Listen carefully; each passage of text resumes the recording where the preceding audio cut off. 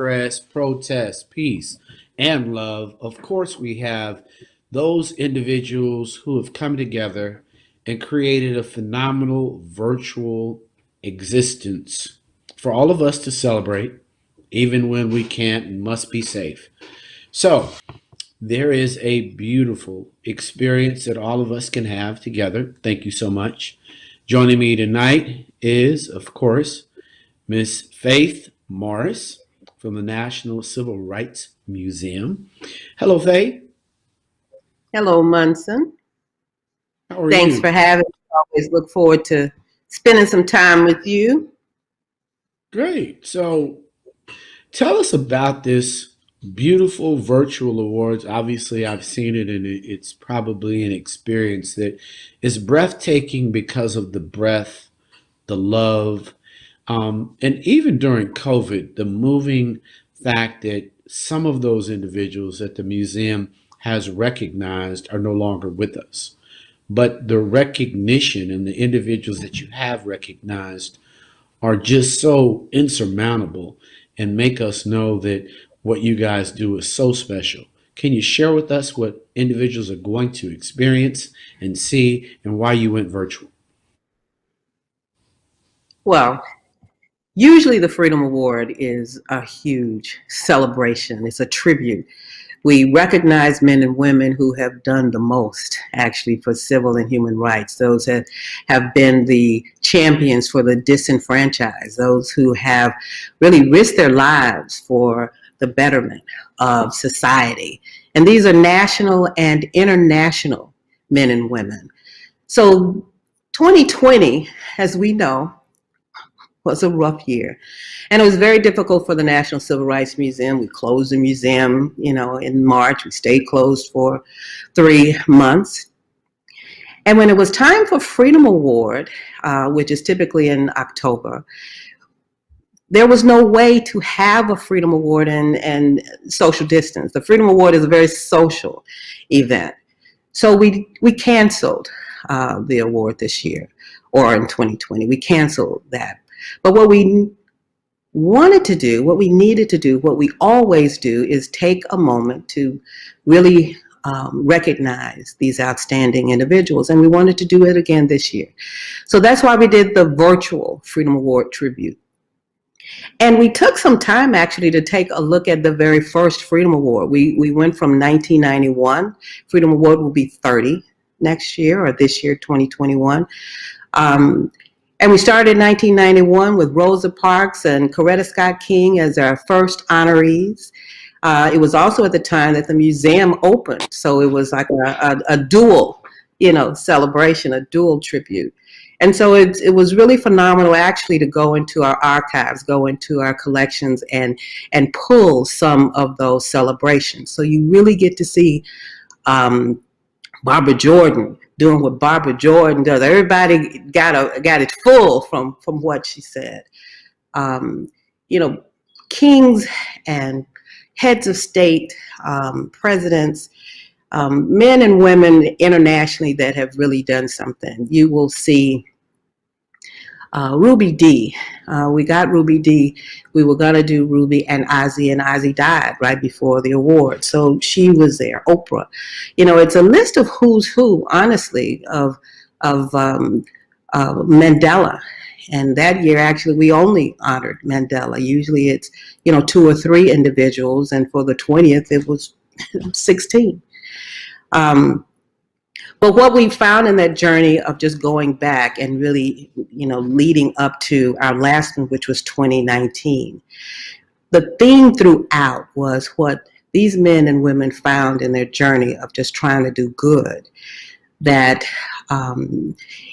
it was a non-stop fight, that it was something that had to be done. It was something that was not easy to do, and many of them risked a lot to do it, to fight for civil and human rights. So that's really what Freedom Award. It's a tribute. It's an honor. It's a recognition of doing good.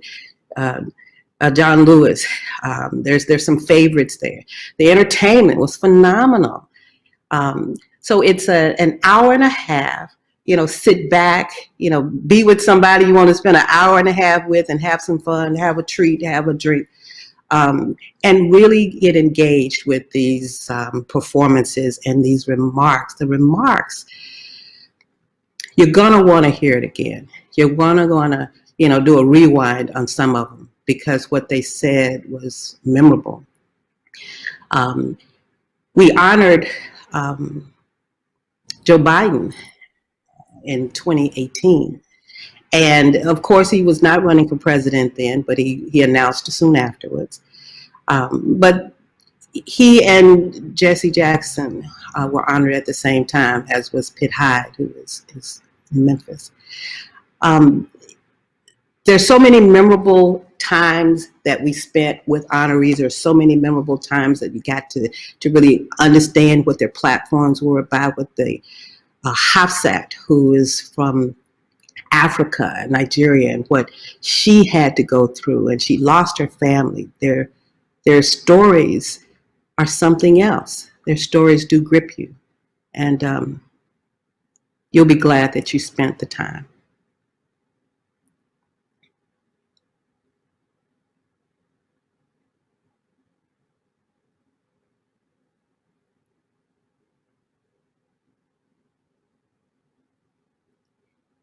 I'm not hearing you. Thank you for all that you do. And we are so proud that you keep this movement alive. It is a movement. This recognition is for those movement change agents that exist with and through the spirit of Dr. King and the civil rights and human rights that we all need to be moving and fighting for. You do not have to be in the streets, but you do have to be in the struggle. So watch this wonderful virtual Freedom Awards, and I really want you to know that this is a special treat. You'll see somebody you love, somebody you respect, and somebody who truly gave their life for you and I. Thank you. Thanks for joining us for this very special evening.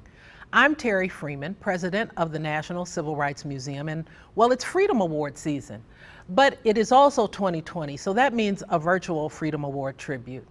For the past 28 years, we have brought civil and human rights heroes and sheroes to Memphis, Tennessee, to highlight their courage, patience, commitment, and persistence in fighting for, encouraging, and creating positive social change, moving us closer and closer to real freedom and justice. We've had the opportunity to give so many of these great human beings their flowers while they were living. Some have received those bouquets after they fought their battles, others while they were in the middle of their work. But each of them has been very worthy individuals who have made a mark on civil and human rights issues around the globe. Our honorees have included those who were very familiar mothers and fathers of the civil rights movement, like Coretta Scott King, Rosa Parks, Diane Nash, James Lawson, John Lewis, and Andrew Young. They have also been global human rights activists like President Nelson Mandela, the Dalai Lama, and President Ellen Johnson Sirleaf. We've also brought celebrities who have contributed to the cause of social justice, like John Legend, Ava DuVernay, Oprah Winfrey, and Magic Johnson. While Freedom Award is primarily about those individuals, we can't forget about the great entertainment, the singers, musicians, spoken word artists, and our MCs that always bring their own style and interpretation to the event.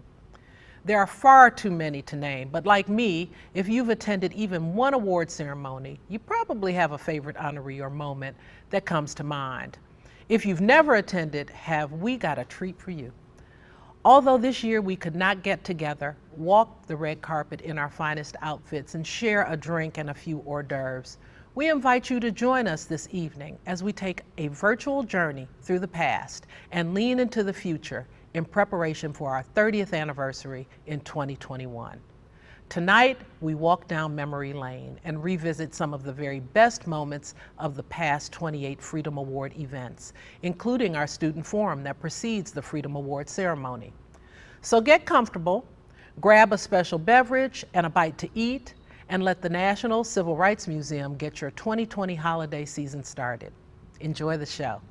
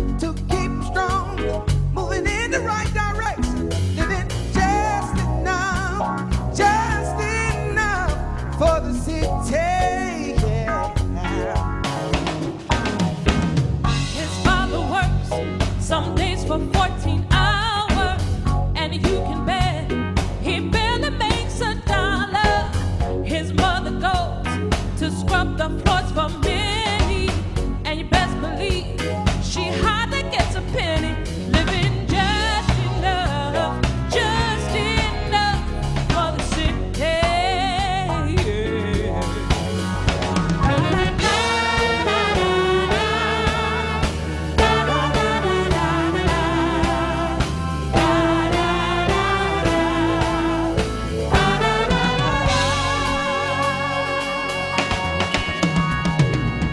His sister's black, but she is sure enough pretty. Her skirt is short, but Lord, her legs are sturdy. To walk to school, she's got to get up early. Her clothes are old, but never are they dirty. Living just enough for the city. Her brother's smart, he's got more sense than many. His pace is long, but soon he won't have any. To find a job is like a haystack needle, 'cause where he lives, they don't use color people. Living just enough for the city.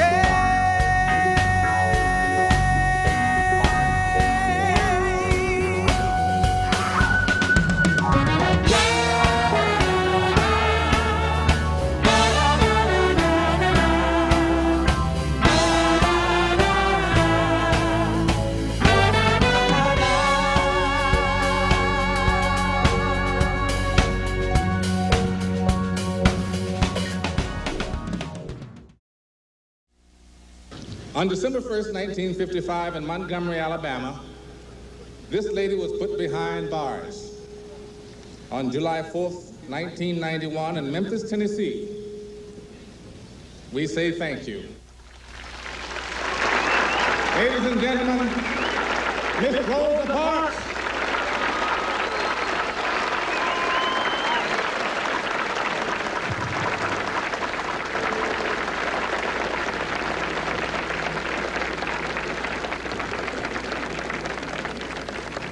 This is truly a great day here at this museum. I can recall when I learned of Dr. King being shot, how hurt I was. I became physically ill just to think about this tragedy. But today I'm very happy and proud to be here and to be a part of the opening of this museum. We need to continue to work for civil rights because there are some values which are core values. There are some things we believe in which we will stick by to the death, and they are things like freedom. Freedom is core. We can't compromise on freedom. There are no gradations of freedom. There is not a first tier and a minor tier of freedom. Freedom is freedom is freedom. And friends, tell them that when we struggle against racism, when we say we are fighting for freedom, it is not freedom for black people, it is freedom for all of us.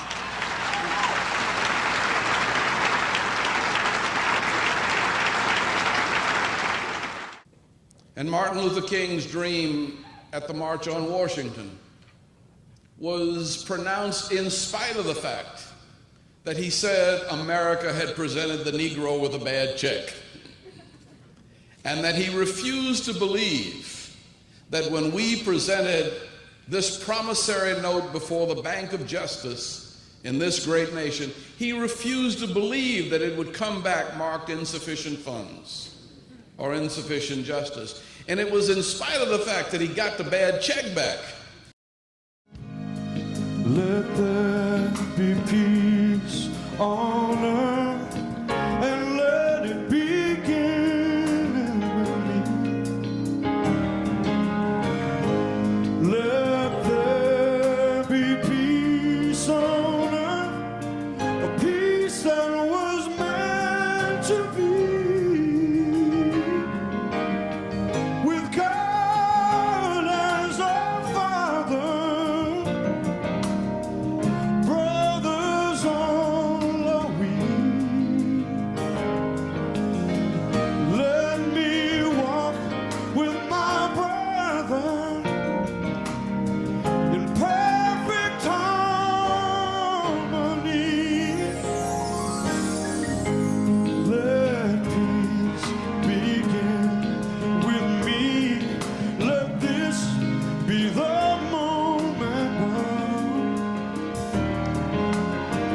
And with every breath I take, let this be my solemn vow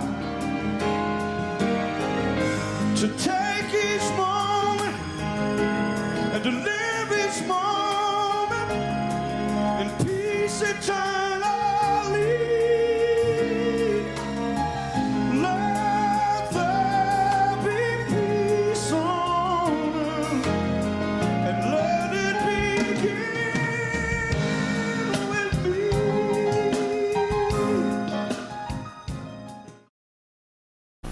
Dr. King called me because he had heard that somewhere my commitment to social struggle made me available to the cause to which he aspired. He was 2 years younger than I, and when we met in the basement of a church in Harlem, and he unfolded for me his concerns about our nation and our people, I understood at the end of our 4-hour exchange that I would become inextricably bound to the cause of ending legal segregation in this country and move for the betterment of all the people of our nation. I came with doubt, I came with question, but my doubts were no more than his and many others. But in each other we found strength. And in the way the American people began to respond to our cause, we were able to feel great faith in this nation's ability to change the wrong. For a South African to be honored here tonight in this place and by this body, inspired as it reminds us again of the indivisibility of human freedom, where the freedom and rights of people in one part of the world are violated. We are all demeaned and diminished as humans. Our freedom cannot be complete while others in the world are not free. Your award inspires us to continue the struggle for freedom and human rights. It reminds us that the long walk to freedom is not yet over. Sometimes it's very, very difficult to look at progress, to look improve in the future, because 10 years ago, I say, in 10 years, maybe the humanity have different history. Maybe the humanity to take a new perspective. But now you look same situation. Our struggle against impunity is the same.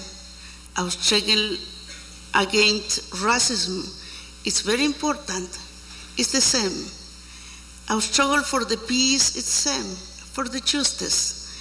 And I think it's very important to make these kind of activities because we need to make one agenda, one schedule for the future. Thank you very much. Gracias, gracias, gracias.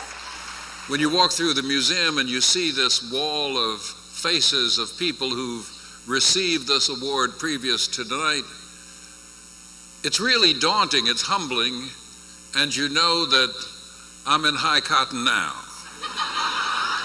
But I want to accept this award in the name of the anonymous women and men who made the movement.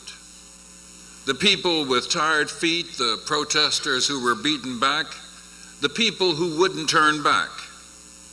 It was they who inspired me, who made me know that ordinary women and men could create extraordinary change. Dr. King was killed by a man who hated his politics of a different race. Bobby Kennedy was killed by a young Arab who hated his politics because he thought he was his enemy because he believed Israel had a right to a home in the Holy Land. On the darkest day of my presidency, personally, my great friend Yitzhak Rabin was murdered by a young Israeli Jew who believed he was a bad Jew and a bad Israeli because he wanted those Palestinian kids to have a homeland and a place to grow up and a life. And he thought Israel would only be secure if they could share the future. So we've been fighting about this kind of stuff everywhere for a long time. Use this museum, use your life, use your wisdom, use your heroes.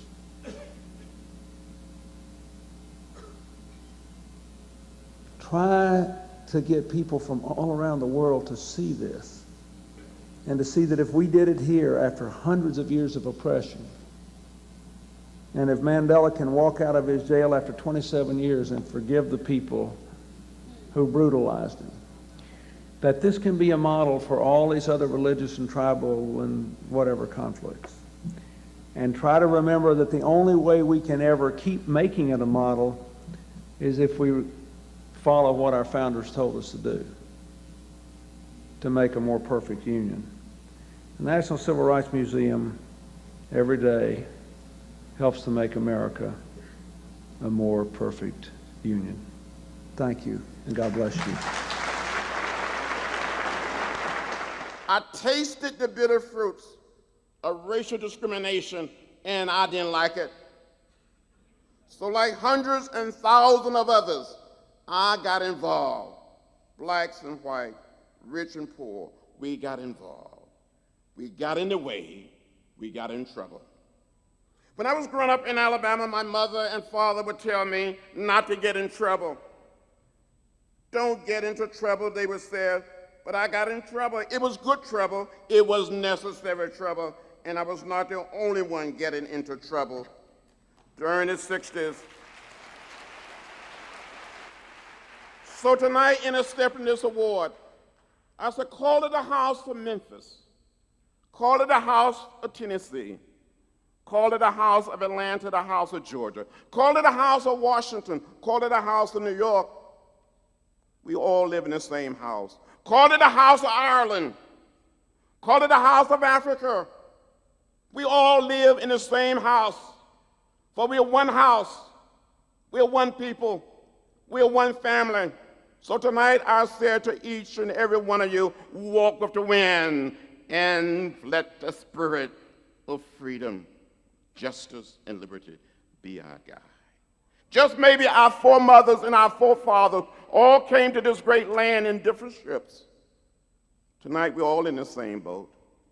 It doesn't matter whether we are black or white or Hispanic or Asian American or Native American. We're one people, we're one family, we're one house. Thank you very much for this great honor. My name is Bono, and like the video says, I am a rock star. They gave me this incredible tour. They let me stand on the consecrated ground today, and it was just a very, very big honor to be on stage with John Lewis. And we were looking for somebody like Dr. King, a black reverend who refused to hate because he thought love showed a better way.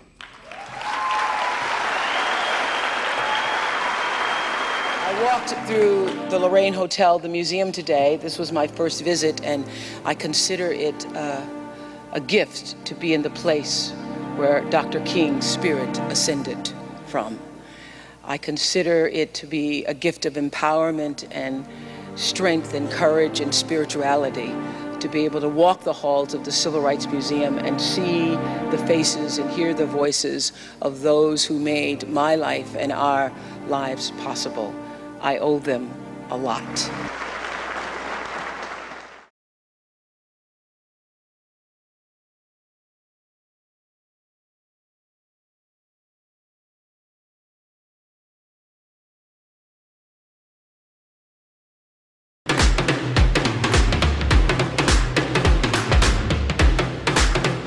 when you do your best, when you are your best.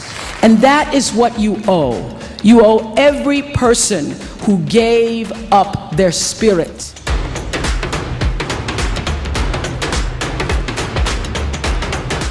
Young people, make sure you dream big.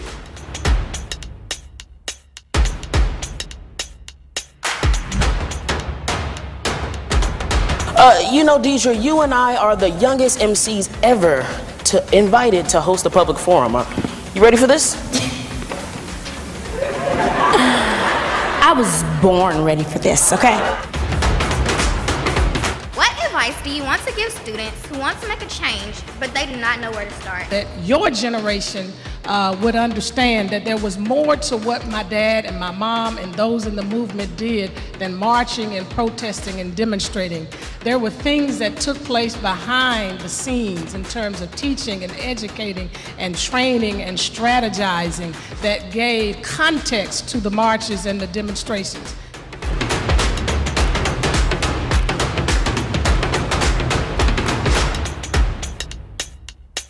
Think about what angers you, what makes you passionate. Think about what affects you and your family or someone in your community that you feel some passion about. Show them the palms of your hands, because maybe because your palms are white, it will remind the shooter that you are just like them.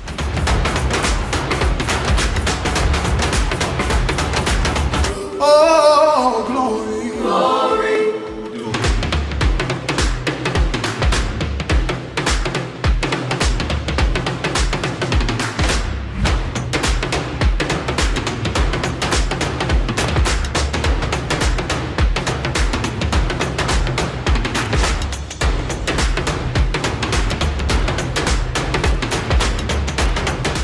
Say, I am somebody.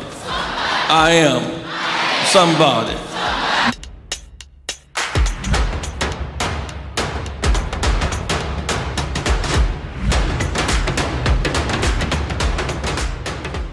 A young couple asked me, when did this thing get started? About the origin of the movement. And of course, all people, including black people, are born with a sense of freedom. So when in another era, Dr. Stanley, in search of Dr. Livingston, went to West Africa, he found bones buried in the sandy shores of that continent, belonging to our ancestors who died on those sandy shores, resisting being taken in chains on ships through a dark passage to a world of slavery. That was the beginning of the freedom movement on the continent. And they were saying, as they died there, what the surviving descendants said here in this country in a spiritual: before I'd be a slave, I'd be buried in my grave, go home to my God and be free. I just come to say I love you.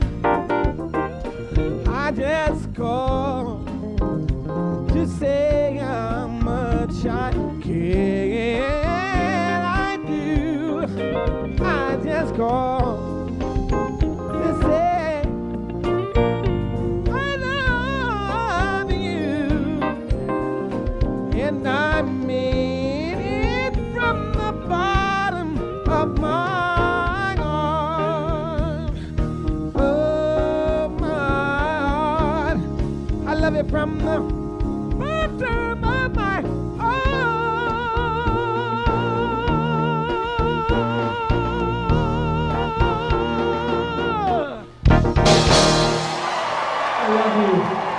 As I said earlier today, I do not want to come here to Memphis and speak to such a distinguished group without doing some business. I need your help. I need your help. We face an emergency. And on Main Street and Wall Street and Beale Street, We need men and women of character who are devoted to truth and who care about those who come after us to look this squarely in the eye. I need your help. We need to solve this climate crisis. It is dangerous, but it is the greatest opportunity that we have ever confronted.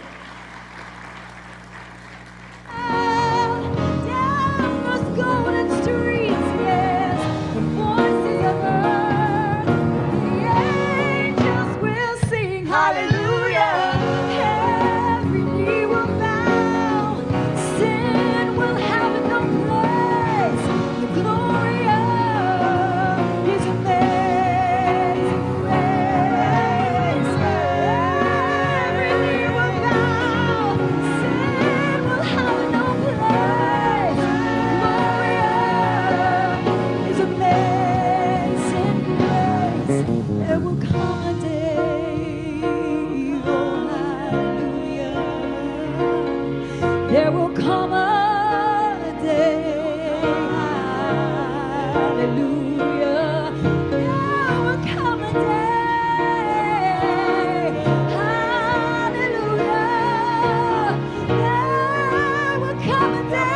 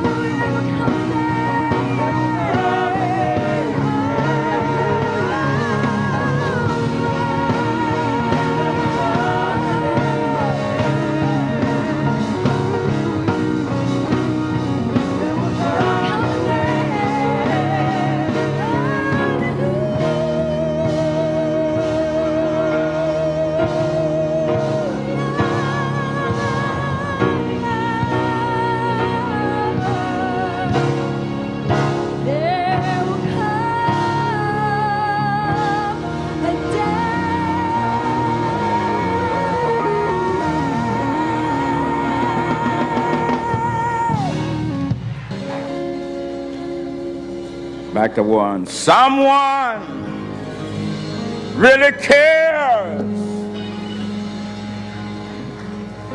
Guess who? See, now if I could do like Miss Hill and Miss Adams, I would say, so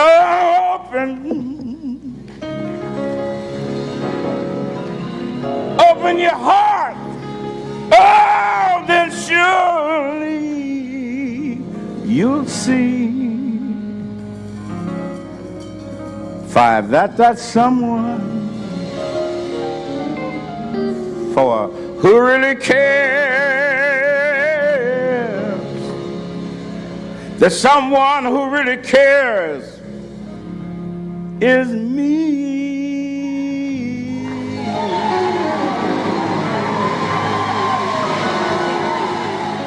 Music, I had 2 feelings. One feeling, sad. I saw such a person, wonderful, really, totally dedicated to well-being of others, particularly dedicated for less privileged people who suffer through generations. He fight for that, and finally he killed.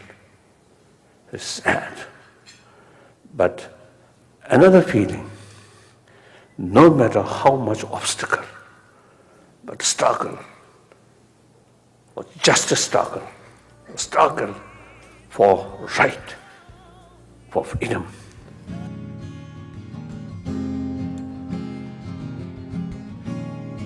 Today, after being at the Civil Rights Museum,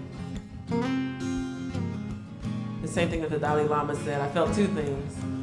I felt sad, and I also felt very strong, because I know that is what I come from. Too much hypocrisy in this old southern town for me. Way back in 1619 began this tragic story. Thrown into slavery's den, the crime was the color of skin. never to see the light of the past again. And I wanna go where the mountains are high enough to echo my song. I wanna go where the rivers run deep enough to drown my shame. I wanna go where the stars shine bright enough to show me the way. I wanna go where the wind calls my name.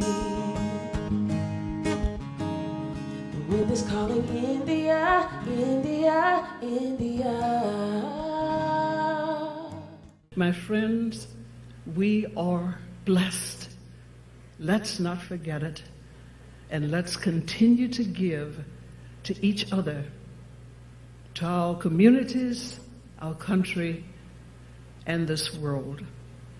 My grandmother said, "Baby, come back, you haven't finished your prayers." And as a child, I would wonder, what now? What didn't I say?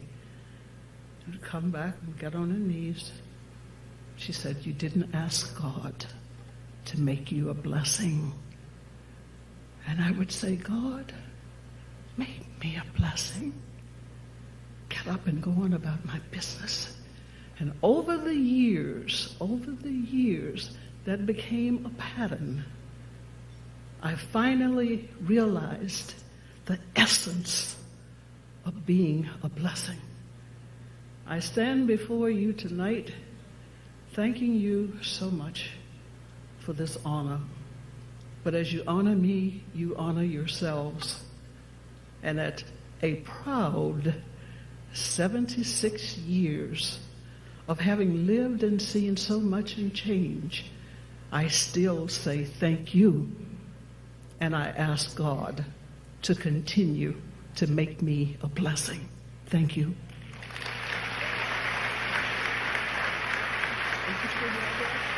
We have a freedom that's unparalleled in the world, and we have that freedom. We have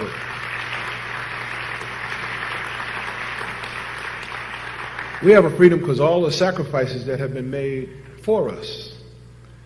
And that's why this month is so special for me, because I'm physically touching, people who were there, and the results of their work. They're actually getting a chance to experience firsthand. And the ones who made the greatest sacrifices, Medgar Evers and Dr. King, and so many others who, just took a lot of beatings, so many others who rearranged their lives because civil rights struggle became their it. And you're looking at an individual who is, once again, very humbled by the opportunity, the honor, the recognition. I know Magic Johnson and Kareem Abdul-Jabbar, whose words I heard give narration to my video. I thank them in absentia. And I know that whoever's next will be worthy, because the curators and the organizers of National Civil Rights Museum has only looked for the best examples to give this Freedom Award to. So thank you for elevating my status and helping to make my life and my legacy complete. Thank you, and God bless you.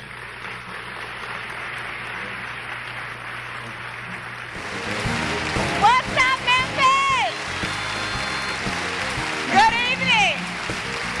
Hello, Memphis. Welcome, welcome, welcome, welcome. Welcome to a night filled with magic, inspiration, and unity. For the past 20 years, the National Civil Rights Museum has connected people and history. From honoring President Nelson Mandela, to the Dalai Lama, to Oprah Winfrey, to Rosa Parks. All of these outstanding honorees have a common goal of continuing the legacy that has been put before us by Dr. Martin Luther King, Jr. Yes.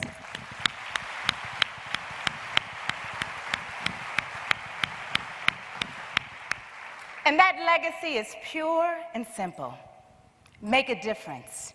Uplift your brothers and sisters and seek a colorblind solution to problems that are colorless, such as poverty, injustice, and inequality. It is only when we look past our differences to those qualities that connect us as human beings can we move ahead as a nation. So tonight, we honor men and women who have done just that. They looked the challenges squarely in the eyes and they didn't back down, and I, for one, am so glad that they didn't.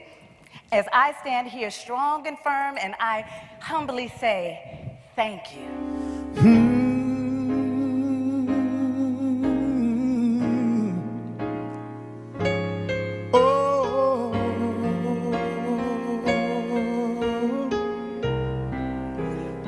Everything must change.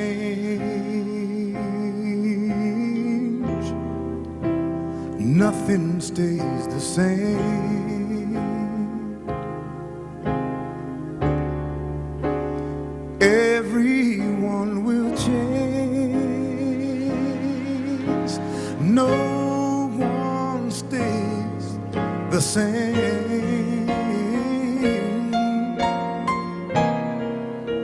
The young becomes the old, and mysteries do unfold, 'cause that's the way of time. Nothing and no one goes unchanged. There are not many things in life you can be sure of.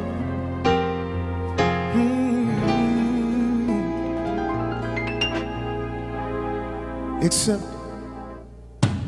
rain comes from the clouds, sun lights up the sky, and hummingbirds do fly.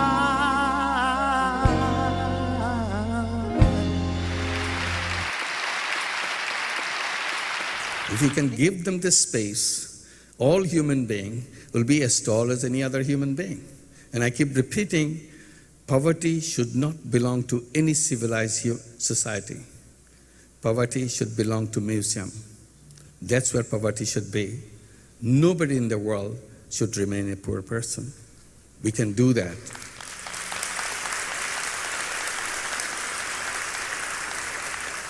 All we have to do is to look back and look at the system where it goes wrong and fix it. Thank you very much. What you've done here, which you don't know, you've restored my soul. And that's why my cup is about to run over. And as I walked, what I didn't realize is that you were watching me. I didn't know you were behind me, watching me, following me. And that brings true that goodness and mercy shall follow you all the days of your life.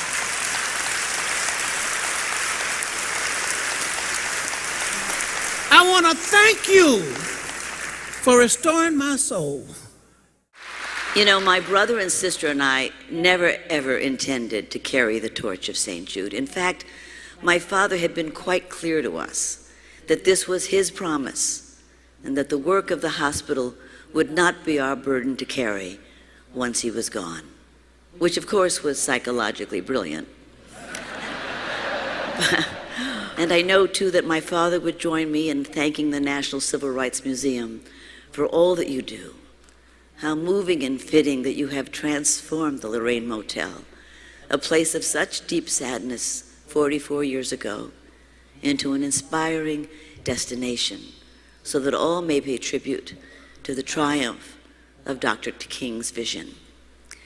So on behalf of the Thomas family, on behalf of our St. Jude family, and on behalf of all the children and their moms and dads, thank you for this wonderful honor. God bless you, and God bless your good hearts. Thank you. Somewhere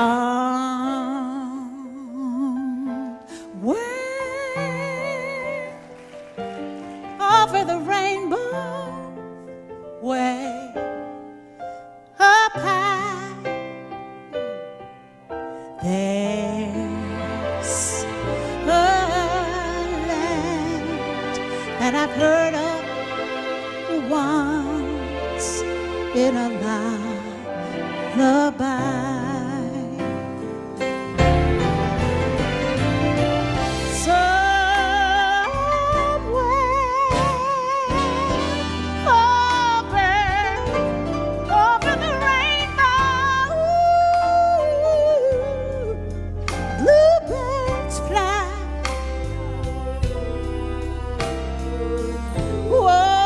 Teeny weeny bird can get up and fly over the rainbow, then why, oh why can't I? Someday I wish upon a star and wake up where the clouds are far behind.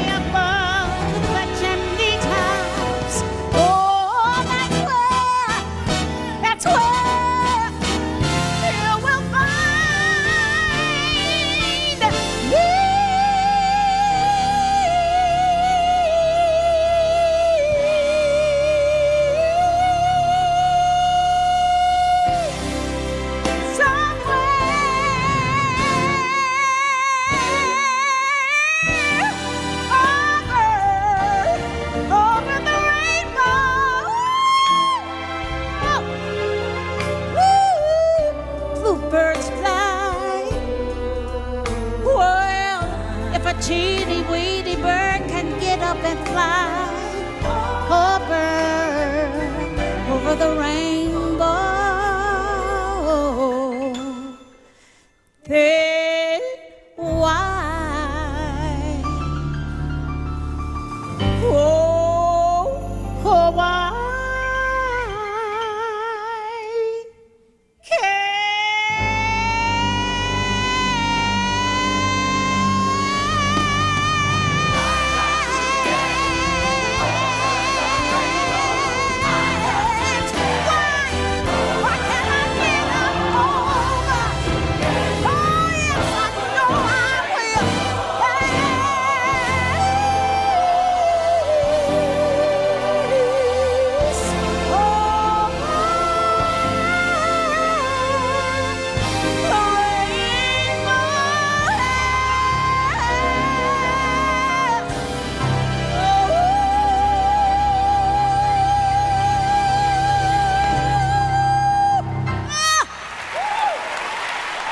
Our kids have been failing for generations and no one has done anything except we have decided that when these kids fail, and we know they're going to fail, our responsibility as a nation is to build enough jails so we can house all of the failures in this country. There is something un-American about thinking about your children that way. And in this country, we should be ashamed. We lock up more people per capita than any place on the face of the earth. 744 people per 100,000, and nobody is even close to us. You just whip out your phones, you punch in incarceration rates. #1 in the world is the United States. Why have we allowed our young people to be destroyed at such record numbers, and we've done nothing about it? That is not the America Dr. King dreamed about. I decided to study law, and I was doing my homework in August 1963, preparing to go up to law school in Trinity in Dublin in September. And I heard a speech that moved me beyond belief, as it moved many, many in this audience and millions around the world, and still does. And this year we celebrate the 50th anniversary of that speech. And I understood why I wanted to study law. I wanted to study law because law would be an instrument of social change, an instrument of justice. And I spent 4 years studying law in Trinity, and then I had the good fortune to get a fellowship to Harvard Law School to take a master's degree. And I was the class of 1968. If you take the fruit of the civil rights movement for granted, the right to vote, equal access to education, jobs, and business opportunities, they may very well rot and spoil, depriving future generations of what you take as an entitlement. I am personally challenging you. I'm speaking of the younger people in the audience now, and I'm assuming everyone else has a very solid job. It's that bad, huh? I personally am challenging you not to allow that to happen. We entrust our dreams and Dr. King's dreams to you so that you might advance the principles of freedom, justice, and opportunity well into this century, paving the way and leaving a legacy for those who will follow you. In conclusion, on behalf of Black Enterprise and the Grades family, I thank you for this great recognition. I come from a profession that is not known for its humility. To be in the company, however, of these people that you have been honoring here tonight is just a little bit like being Barry Manilow at a Jay-Z concert.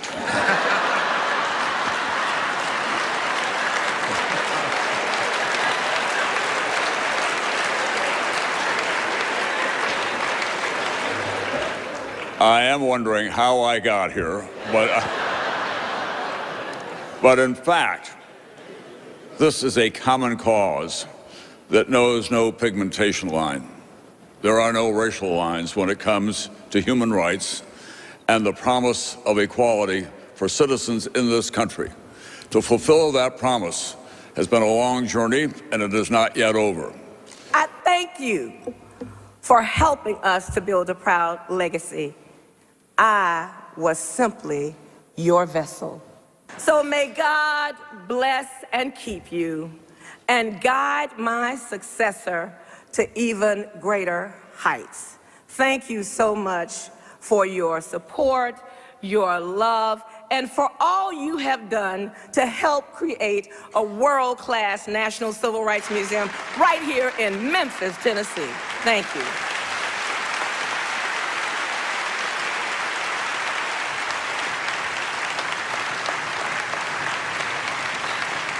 Ladies and gentlemen, please welcome Terry Lee Freeman, President of the National Civil Rights Museum.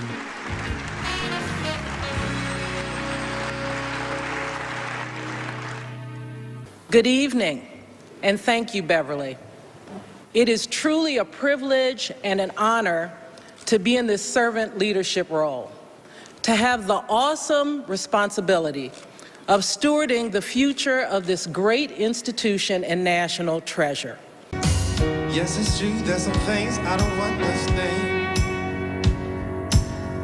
but I still need love because I'm just a man. My life never seems to go to plan. I don't want you to leave, won't you hold my hand? So won't you stay with me, 'cause you're all I need. This sees love is clear to see, so won't you stay with me? Why am I so emotional? They say it's not good, need some self-control. Deep down I need this thing to work. I don't want you to leave so it doesn't hurt. So won't you stay with me, 'cause you're all I need. This sees love is clear to see, so won't you stay with me? Oh,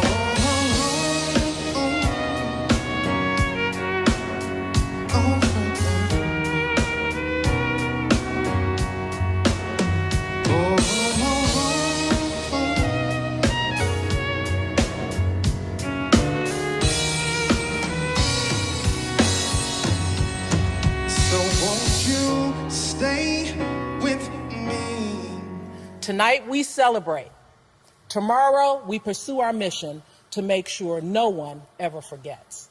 We will continue to examine where we came from and how far we've come, who we are and who we hope to be.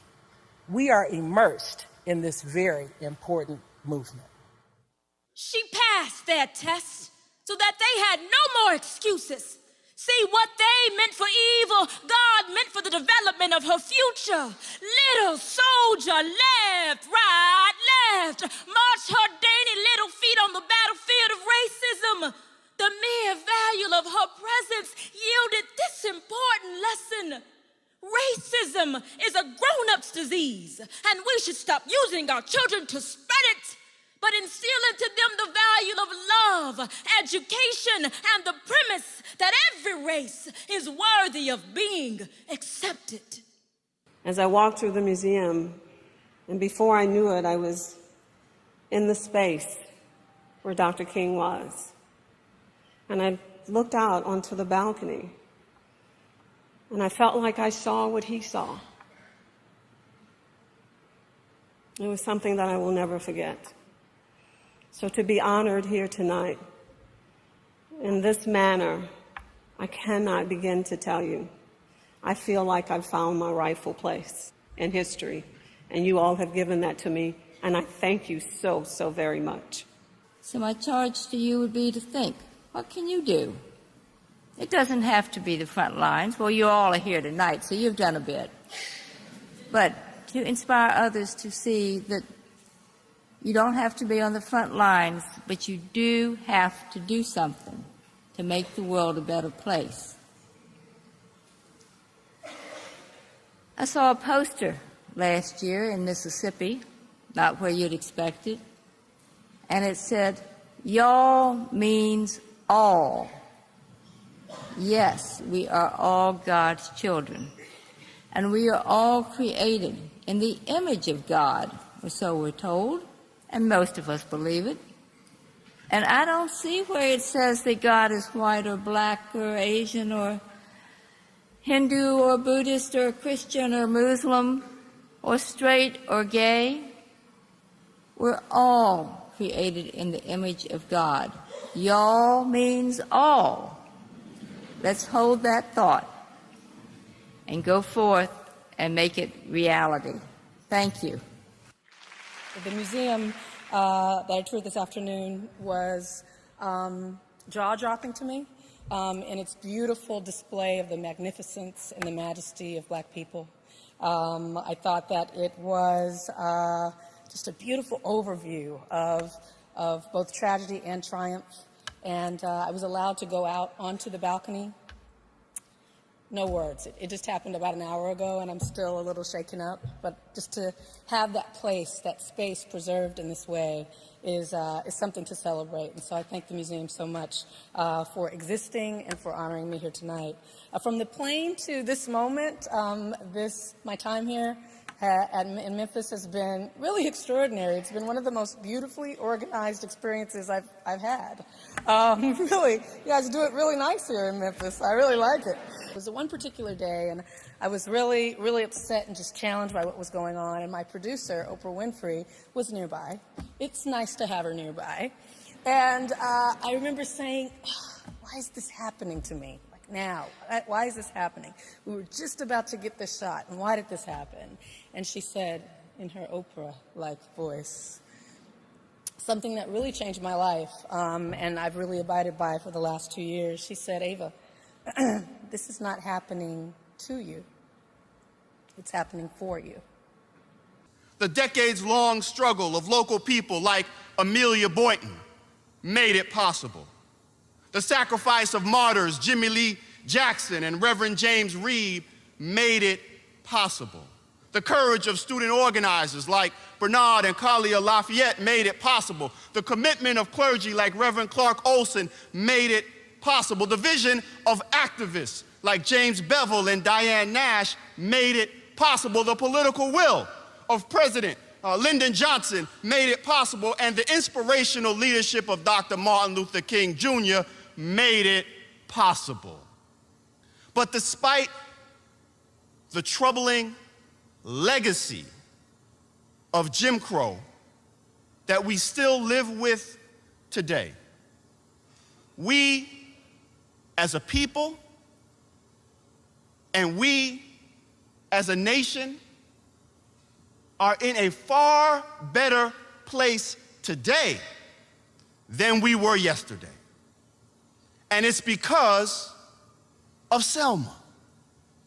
But if we want to be in a better place tomorrow than we find ourselves in today, then we need another Selma. That time has come again. Yeah.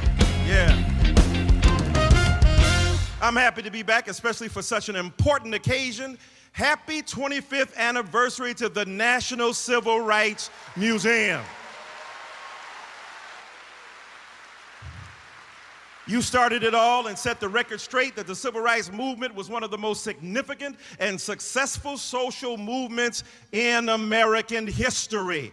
We know the struggle is still real. We are living it every day. That's why we got to protect our kids and protect our families and protect our bodies and protect American democracy. Stop killing us. Learn to love us. Embrace us as human beings on the road with you.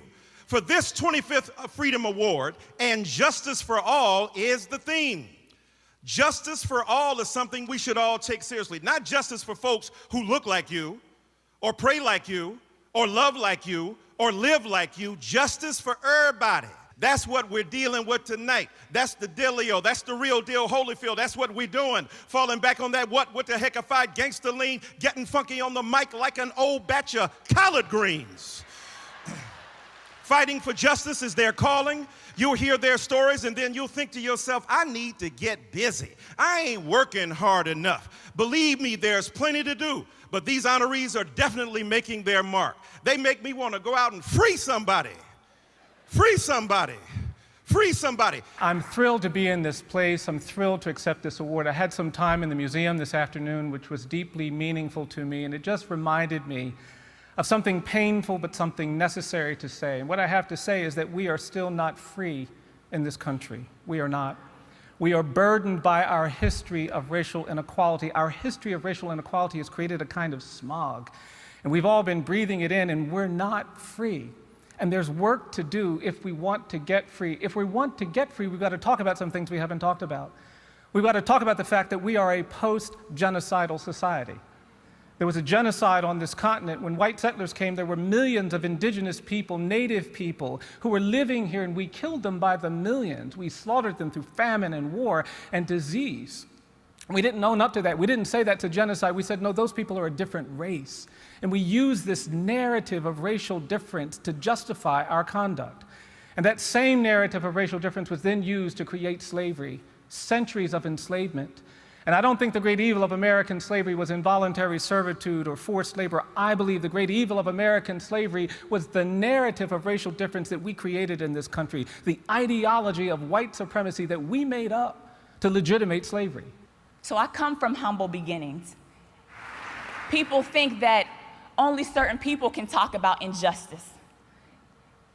People also think that women shouldn't have a place at the table. Well, the last time I checked, the most diverse companies, the most diverse boards, the most diverse anything that have women involved, you seem to be doing all right. What a tremendous honor, and thank you to the National Civil Rights Museum for the tour this afternoon. It was amazing, and it is beautiful, and it is hard, because as you walk through, you really realize just how far we are from justice for all. We're far. We're not close. But it also inspires, I think, anyone who walks through to recognize that we must be part of the solution. We have to. And so I am especially grateful for this award tonight, because it's great, if not a little unnerving, to be honored for one's work. But more importantly, I think it says that what you're doing day to day is important. It does matter, even if maybe people around you don't necessarily think so. And it's not just for historic value. It's that the work is relevant today, that all those things as you walk through the Civil Rights Museum, it's not just, hey, this happened in history, it's that it matters today. It's part of a continuum of what we're dealing with and fighting with and talking about and exploring and digging into today. It's relevant. I regard this museum as a national shrine from which we gain a special inspiration, a sense of duty and obligation, and a recognition of our kinship with each other. It is here that we are able to learn to embrace the better angels of our nature, as Abraham Lincoln admonished us to do. It is here that all of us, and especially our young people, can be informed of what is important in our lives and can be motivated to live up to our duty to build a better and a more compassionate and more caring society. I'm so proud to be here. I'm so proud. I'm so honored to have this very important prize for me as Tawakkul, for me as woman, for me as youth, for me as Yemeni, for me as Arab youth activist, for me as a human who is looking for freedom, dignity, equality, democracy, peace, love, and rule of law.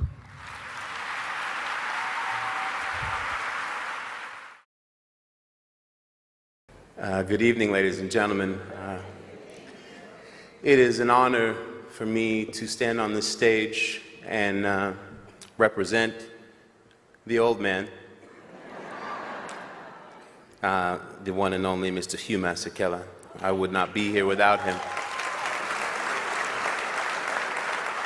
Some of you might know my father is recovering from prostate cancer at this time, and he's in a fight. But I spoke to him today. This is the first game my father's ever missed in his entire 60-plus years of making music and being an activist. My dear sisters and brothers, I regret so deeply that I can't be with you tonight to receive this prestigious award that you have so graciously bestowed upon me. My son Salima will be there to receive it on my behalf. Again, thank you very much. This is the city that 49 years ago took something from me and my siblings and my mother. And so tonight, I am overwhelmed that the National Civil Rights Museum, the location of where my father was taken from us, is giving something back to me. God bless you.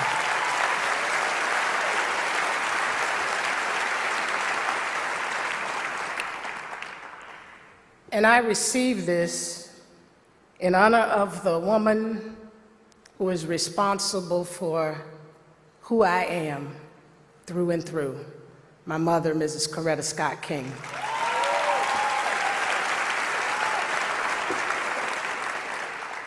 I say all the time that when my father was assassinated, he was one of the most hated men in America.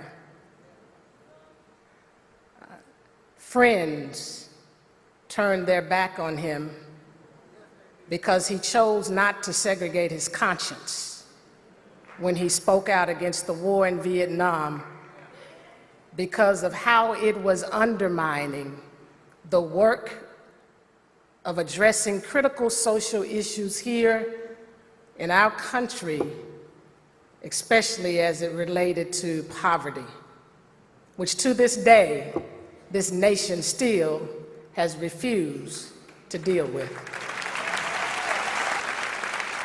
Ladies and gentlemen, we present the 1968 Sanitation Workers. Baxter Leach, presented by Terry Freeman.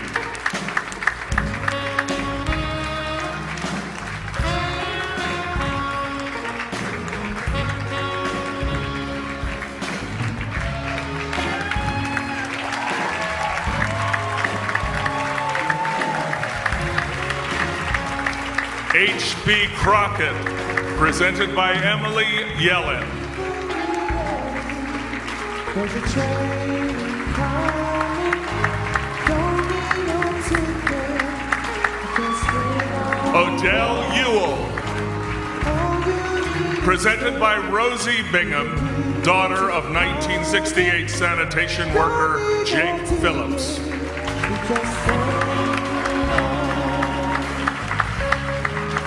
Elmore Nickelberry, presented by Herb Hilliard, NCRM Board of Directors.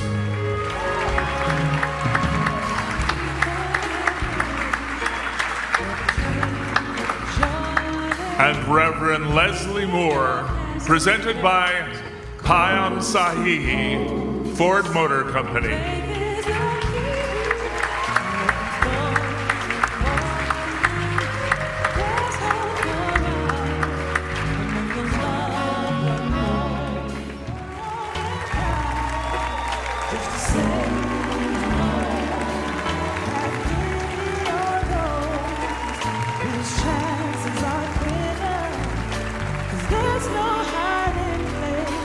From the kingdom's throne, there was a man,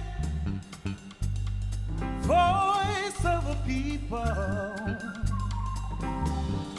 standing on the balcony of the Lorraine Motel. Shots rang out. Yes, it was a gun, was the only one to fall down, y'all. That ain't right. Then as people scream, ain't no need for sunlight. Ain't no need for moonlight. Ain't no need for street lights. Cause it's burning real bright. Some folks say we gon' fight. This here thing just ain't right. 1960 what? 1960 who? 1960 what? 1960 who? 19. Hey, these cities are burning, y'all. They say if it wasn't for bad luck, black folks wouldn't have any luck at all. All they left us with was the blues, y'all, in 1968, and now they say they want that too. It must be something about it then, huh? All this black on us, all this shadow and act, this earth and tone, this boom shakalaka, this hoochie coochie, this chakra, this gravel between my nails, this oil slick for a throat, to lump of coal for a heart beating like a tired diamond, all this black cat under a ladder on Friday the 13th, this soot they got all over my soul. They stole my ankh and put this Adam apple in my mouth, killed our black leaders, and then left us this drunk Noah saying he gonna love that animal going 2 by 2, but they love these Negroes with a 4 by 4, said swing, batter, batter, swing. Must be all this satchel in my satchmo, this Josephine and my Jimi Hendrix, Nina, singing slaves to safety, Santa Maria, pizza, all them fancy names, but I can't sleep without sirens singing me to sleep. Don't even flinch at the sound of gunshots anymore, like that's a compliment. It must be all this magnificence masquerading as man tan, all this cotton in my club, all this shoe fly and two-step in my shoes. I tried to hide it, y'all. What parts they didn't beat out of me. But just as soon as I think shoulder slump savvy, shuffle step spectacular, coon eyes lit, I slip up and let amazing fall out my mouth. Start speaking in Holy Ghost tongues, saying crazy things like, Oprah, Serena, Beyonce, Sandra, say her name, Solange, SZA, Ava DuVernay, Issa Rae, Michelle, OBA, Amazing Grace. How sweet the sound that saves some fool for getting his neck snapped by me. See, I once was Kanye, but now I'm Kanye. Was Jigga, but now I'm Jay-Z. See, I keep messing up in front of them, y'all forgetting my place. Must be all this black that refuses to be anything but beautiful. All this Sherelle and Patti LaBelle, all your hoes get to the encore in this Aretha Franklin all-clave. All this James Brown private plane screaming, I'm going to take you higher. See, I told Teddy and Curtis, stabbed at Mayfield. I told Teddy, don't pin too much grass. I warned Marvin that the world couldn't handle a black man that gay. As in happy, as in filled the joy the world didn't give, so the world couldn't take away. As in mercy, mercy me, I tried to play the role of trouble man, y'all, I swear I did. But see, my mama, she tattooed Malcolm on one fist and Martin on the other. Named her belt Mahalia and gospel me in the religion of butt-whooping revivals. Said I was born a dollar short and a day late. So squash tomatoes, baby, ketchup. Must be all this my ancestors' wildest dreams in my eyes, all this Harambe in my hips, all this Avon Haley in my gait, and this Coochie Chocolate in my kick step that won't let me play, kid. They say it must be bad luck to be born this black and still proud. I say, yeah, there I go again. But this bad black luck is certainly better than no luck at all. In 1960 what? 1960 who? 1960 what? 1960 who? 1960. Hey, these cities are burning. I've been thinking about this place, about where we are, and that this is a place where we may have lost a king, but we found our soul. And Reverend Jackson today said that this is Calvary, that Memphis is the place where the American soul found itself. Our heart was broken, but something really important happened here. And so I say to you tonight, don't give up, and don't go where well doing. There is still yet a great kingdom to go open. Every time I think about the balcony in Memphis, in Lorraine, the balcony in Lorraine, the balcony at the White House 40 years later.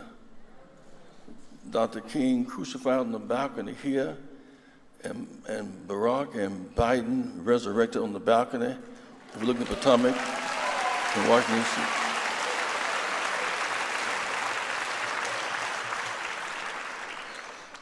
We become so used to black president, we expect another one. We shared a passion for education and a belief that every child, regardless of where they live, the color of their skin, or the income of their parents, deserved a quality education. I was taught in my family that one of the great benefits of being successful in business is to have the opportunity to give back to the community in a meaningful way.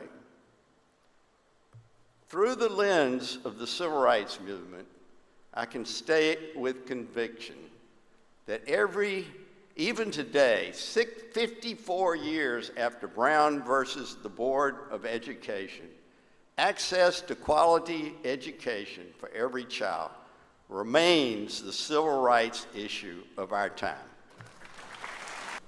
On the 17th of January, carrying a black man who was about to pick me up, and we were jointly going to take a 124-mile ride to Washington, D.C.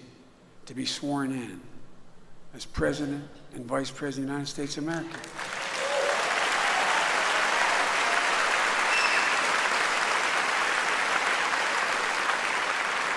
It hit me like a thunderbolt.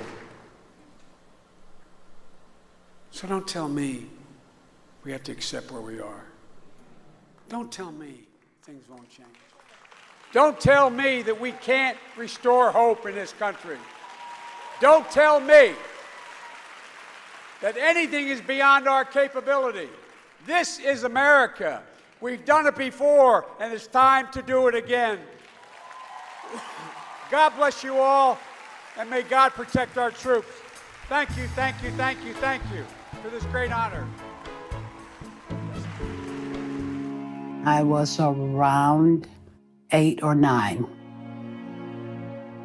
My dad asked me to sing that day. Had he have not been a minister, he could very well have been a great singer.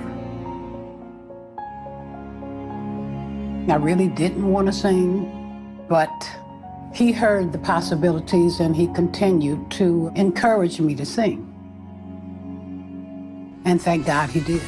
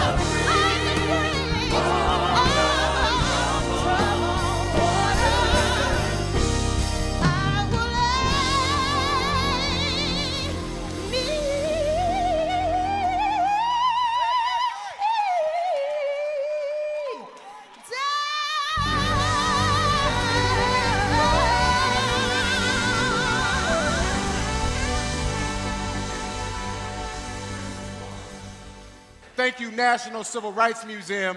I salute you for the work you're doing to raise our consciousness about the issues that continue to impact our lives and honoring those men and women who excel in the fight for freedom. You keep us informed. You encourage us to act. I know I want to do better. So I want to thank you. And I want to thank you. And I want to thank you again.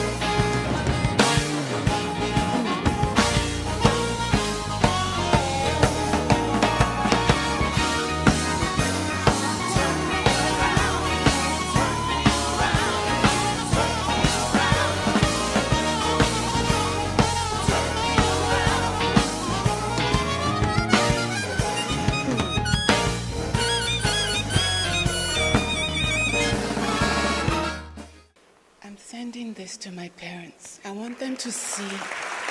I want them to see it. I want them to see it. Because this is really for them. This is really for them. It's really for all the people who have done as they did to fight for freedom and to give their very lives so that we can live in a freer society and with more dignity. I want you to know that we on the continent of Africa, we feel every pain. We feel every suffering. We feel your every struggle. We celebrate your every success. We stand with you in solidarity as family. We want to be with you. We want to reconnect with you. We want you to know that your lives matter to us. So I just want to suggest to you that there is a deep, deep measure of freedom available to us, and that is laughter. Never go any place where they won't let you laugh.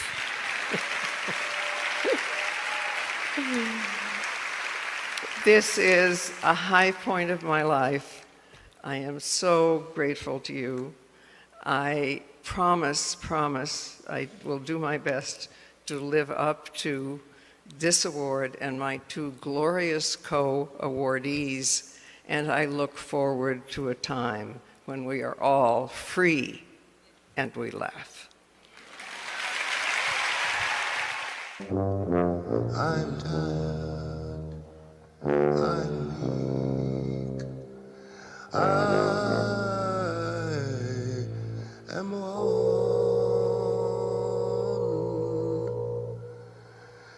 through the storm, through the night, lead me on to the light. Precious Lord, take my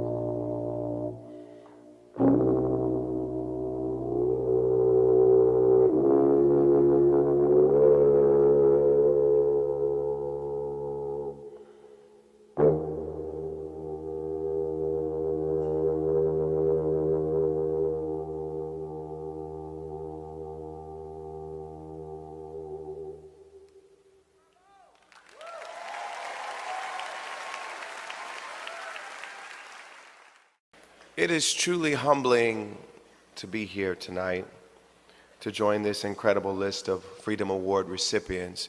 It reminds me that I have a lot of work to do to live up to this honor. Thank you for bringing me to the National Civil Rights Museum today. In a world that seems to move from one passing trifle to another, a world that revels in forgetfulness, that blissfully tries to ignore the past or whitewash it of its sins, you refuse to let us forget the darkness of the tragedy that birthed this museum. You righteously remind us of the anger, the shock, the numbness. Thank you for creating a memorial that channels that pain into a place of hope, of education, and resolve. It goes hands to the heavens, no man or no weapons formed against, yes, glorious destined. Every day women and men become legends. Sins that go against our skin become blessings. The movement is a rhythm to us. Freedom is like religion to us, yeah.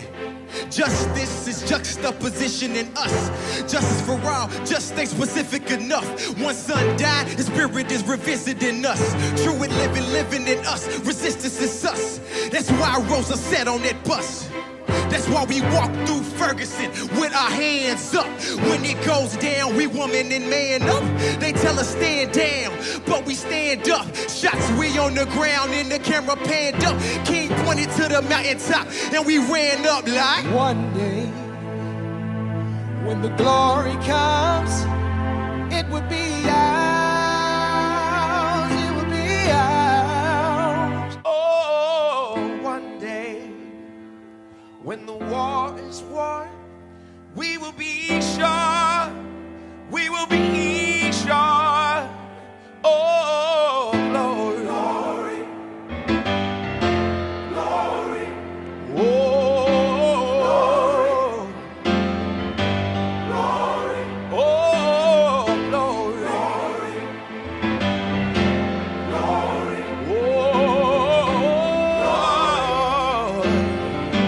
glory.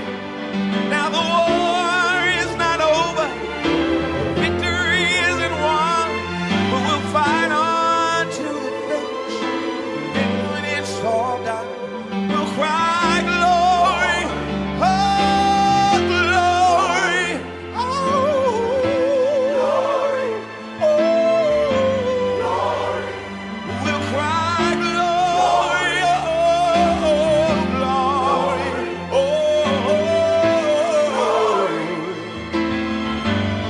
glory. Thank you so much, Memphis. Thank you to the National Civil Rights Museum. We appreciate you bringing us all here together tonight to celebrate Dr. King, to celebrate everybody who's marching for freedom today, who's marched for freedom in the past. This struggle has to continue. Sometimes it gets frustrating, I know. So many setbacks, so much backlash, so much disappointment. But I'm encouraged by everything I've seen tonight. I'm encouraged by the young people I saw this morning. I'm encouraged by Gloria.